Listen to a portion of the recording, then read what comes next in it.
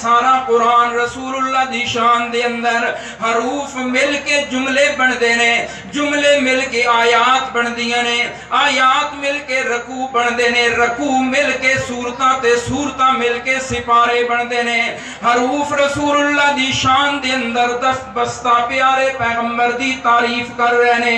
الف کہندہ ہے لوگو احمد نبی، با کہندی ہے بشیر نبی، تا کہندی ہے تنویر نبی، سا کہندی ہے ثاقب نبی، جیم کہندی ہے جمیل نبی، ہا کہندی ہے حامد اور حبیب نبی، خا کہندی ہے خاتم النبیین نبی، دال کہندی ہے داعین اللہ والا نبی، لال کہندی ہے ذکی نبی، را کہندی ہے رحمت للعالمین نبی، زا کہندی ہے زاہد نبی، سین کہندی ہے سید نبی، شین کہندی ہے شفیع المذنبین نبی، صاد کہندہ ہے صادق نبی، زاد کہندہ ہے غامد نبی، تا کہندی ہے طیب طاہر طاہا نبی، زا کہندی ہے ظاہر نبی، عین کہندی ہے عادل نبی، غین کہندی ہے غیور نبی، فا کہندی ہے فاتح نبی، قاف کہندہ ہے قاری نبی، کاف کہندہ ہے کامل نبی، لام کہندہ ہے لا الہ الا اللہ دا اعلان کرن والا نبی ہے، میم کہندی ہے مدثر مصطفیٰ مجتبہ محمد مزمل نبی ہے،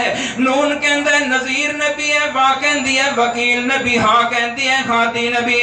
یا کہندی ہے یاسین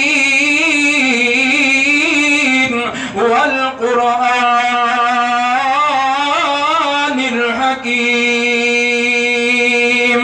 انک لمن المرسلین علی صراط مستقیم۔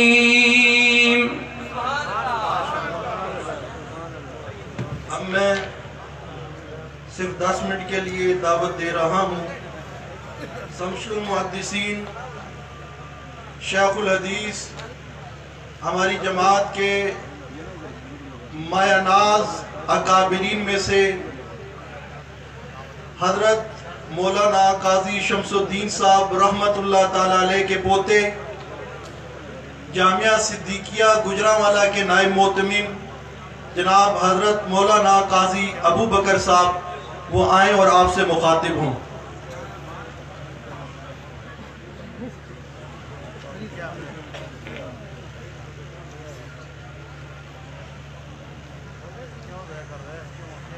نحمده ونصلي ونسلم على رسوله الكريم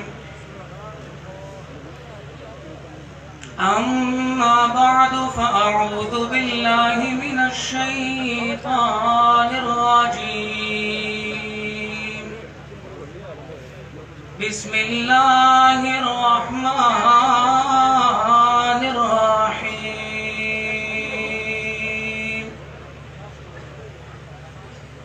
وقضى ربك ألا تعبدوا إلا إياه وبالوالدين إحسانا إما يبلغن عندك الكبر أحدهما أو كلاهما فلا أف ولا تنهرهما وقل لهما قولا كريما قال النبي صلى الله عليه وسلم رضا الرب في رضا الوالد وسخط الرب في سخط الوالد أو كما قال عليه الصلاة والسلام سبحان ربك رب العزة عما يصفون وسلام على المرسلين والحمد لله رب العالمين۔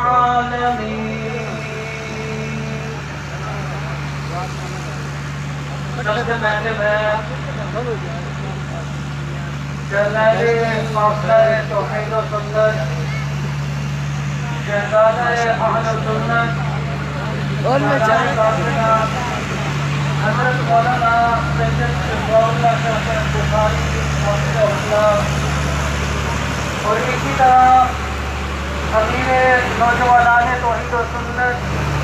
حضرت مولانا مفتی نعیم الرحمان صاحب حافظ اللہ اور ان کی پوری ٹیم کو اس عظیم الشان اجتماع عام کے انعقاد پر دل کی اتھاہ گہرائیوں سے مبارکباد پیش کرتا ہوں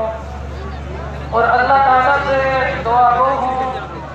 کہ اللہ تعالیٰ ان کی اس محنت کوشش اور کاوش کو قبول و منظور فرمائے۔ عزت و تقدیر سامعین کرام،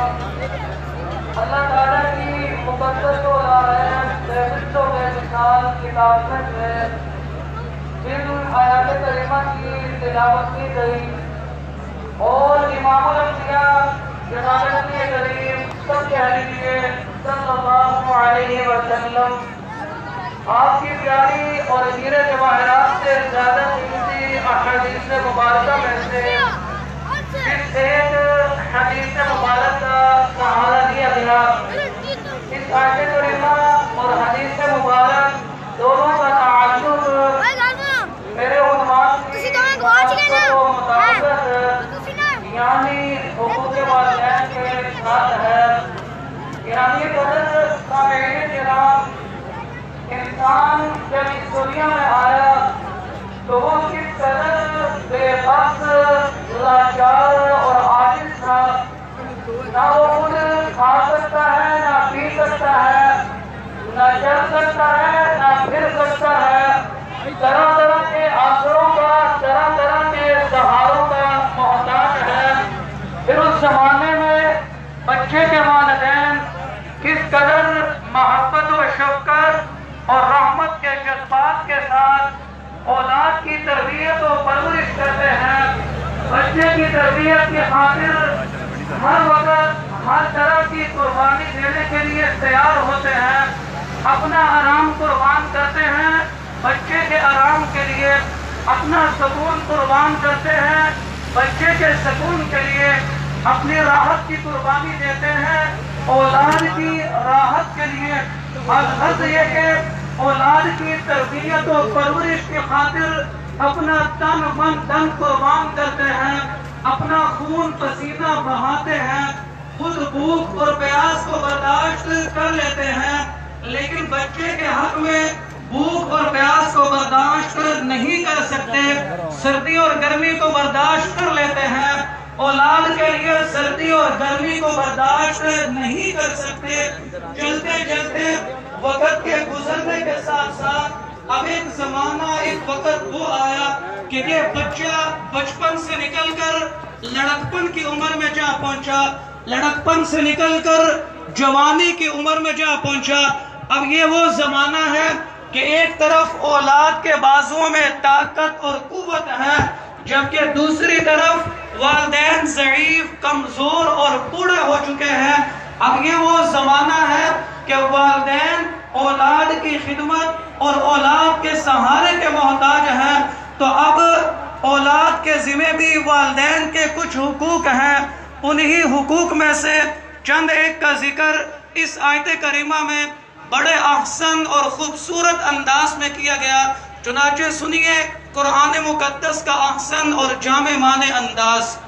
اعوذ باللہ من الشیطان الرجیم، بسم اللہ الرحمن الرحیم۔ وَقَضَى رَبُّكَ أَلَّا تَعْبُدُوا إِلَّا إِيَّاهُ وَقَضَى رَبُّكَ، اے انسان، اے مسلمان، تجھے تیرے پروردگار نے یہ حکم دیا ہے، تیرے پالنہار، تیرے مربی نے یہ پیغام دیا ہے۔ یا اللہ کیا پیغام ہے، کیا حکم ہے؟ اللہ تعبدوا الا ایاہ، عبادت و بندگی خالصتاً ایک اللہ کی کرو، سجدہ بھی ایک اللہ کو کرو، رکوع بھی صرف ایک اللہ کو کرو، نظر و نیاز بھی ایک اللہ کے نام کی، منت منوتی بھی ایک اللہ کے نام کی، چڑھاوا بھی ایک اللہ کے نام کا، عالم الغیب اکیلے اللہ کو سمجھو، حاضر و ناظر اکیلے اللہ کو مانو، مختار کل اکیلا اللہ ہے، حاجت روا اکیلا اللہ ہے، مشکل کشا اکیلا اللہ ہے، بگڑی بنانے والا اکیلا اللہ ہے، کھوٹی قسمت کھری کرنے والا اکیلا اللہ ہے، مشکل کو آسانی میں بدلنے والا اکیلا اللہ ہے، تنگ دستی کو فراخی میں بدلنے والا اکیلا اللہ ہے، داتا اکیلا اللہ ہے، گنج بخش اکیلا اللہ ہے، غوث اعظم اکیلا اللہ ہے، فریاد رس اکیلا اللہ ہے، دستگیر اکیلا اللہ ہے، لجبال اکیلا اللہ ہے، غریب نواز اکیلا اللہ ہے، بیماری سے شفا دینے والا اکیلا اللہ ہے، مال و دولت میں برکت دینے والا اکیلا اللہ ہے، عزت دینے والا اکیلا اللہ ہے، اولاد دینے والا اکیلا اللہ ہے، بیٹے اور بیٹیاں دینے والا اکیلا اللہ ہے، الغرض یہ کہ اس پوری کائنات کا خالق و مالک اکیلا اللہ ہے، پیدا کرنے کے بعد نظام چلانے والا بھی اکیلا اللہ ہے، وَبِالْوَالِدَيْنِ إِحْسَانًا، اور والدین کے ساتھ احسان کرو۔ اب یہاں توجہ کیجئے، قرآن مقدس نے کیسا خوبصورت انداز اختیار کیا کہ اللہ پہلے اپنے حق یعنی اپنی وحدانیت، اپنی توحید اور اپنی عبادت کا حکم دیتے ہیں، اس کے متصل بات فرمایا بالوالدین احسانا، کہ والدین کے ساتھ احسان والا معاملہ کرو۔ تو قرآن مقدس کا یہ خوبصورت انداز ہمیں یہ بات سمجھانے کے لیے ہے کہ حقوق اللہ کے بعد حقوق العباد میں سے سب سے پہلا حق وہ والدین کا حق ہے، وہ کیا ہے؟ والدین کے ساتھ احسان کرو۔ اب دوسرا نقطہ قرآن مقدس کا سمجھیے کہ اللہ نے والدین کے ساتھ عدل و انصاف کرنے کا حکم نہیں دیا، بلکہ والدین کے ساتھ احسان کرنے کا حکم دیا۔ فرق کیا ہے؟ ایک ہے عدل و انصاف اور ایک ہے احسان۔ عدل و انصاف کیا ہے؟ کوئی آدمی آپ کے ساتھ اچھا سلوک کرے،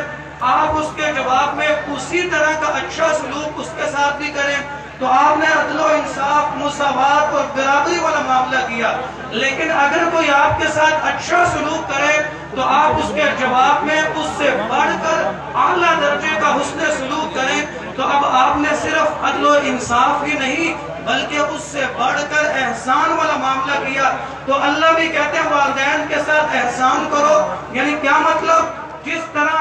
تمہارے بچپن کے زمانے میں انہوں نے تمہاری تربیت کی، تمہاری پرورش کی، تمہیں پالا پوسا، تمہیں جوان کیا، آج وہ ضعیف، کمزور اور بوڑھے ہو چکے ہیں، تو اس بچپن کے زمانے سے بڑھ کر ان کے ساتھ حسن سلوک اور ان کی خدمت کرو۔ جس طرح تم رہن سہن میں، کھانے پینے میں، علاج معالجے میں اپنا اور اپنے بیوی بچوں کا خیال رکھتے ہو، تو اسی طرح اپنے والدین کا بھی خیال رکھو۔ دوسرا حق اللہ نے کیا بیان کیا؟